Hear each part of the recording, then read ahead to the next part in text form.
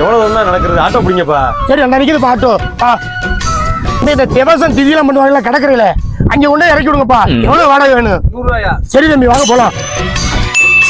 ஆனா இந்த கடற்கரையில கடைசி போன தேவசம் பண்றது இருப்பாப்ல. இந்தாப்பா வாடகை கொடுத்துட்டு வந்துரு. போட்டுக்கிறேங்க. ஐயே காலையில இறக்கி விட்டு சவர் கத்திரிக்காய் வச்சு போச்சு. வீட்டுக்கு எடுத்துட்டு போவோம். இண்டியா பெயிண்டிங் வேற விட்டாச்சு, பொழுது வேற போக மாட்டேங்குது. சரி மாப்பிள்ளை நிற்கிறான், அவன்கிட்ட பேசிட்டு இருப்பான். மாப்பிள்ள என்ன மாப்பிள்ள, சவாரி வரை போனியா இல்லையா? காலையில ஒண்ணு போயிட்டு வந்தோம்மா. சரி சரி. என்னையா கத்திரிக்காய் கிடக்கு? காலையில ஒரு சவாரி ஏற்றிட்டு போனோம்மா தேவசத்துக்கு. அவங்க மறந்து விட்டு போயிட்டாப்ல, அதான் வீட்டுக்கு எடுத்து போலான்னு இருக்கேன். ஏன்டா தேவசத்துக்கு வந்த போய் வீட்டுக்கு கொண்டு போறேன்னு சொல்லிட்டு இருக்க? நீ முன்னாடி போ, செத்தன் பின்னாடி வீட்டுக்கு வந்துடுவான். இந்த செத்த வீட்டுக்கு வந்துடும். நல்ல வேலை சொல்லாமா தாவா வீசிடுவோம். என்ன வீட்டுல இருந்து பொண்ணு வருது? சொல்லுமா.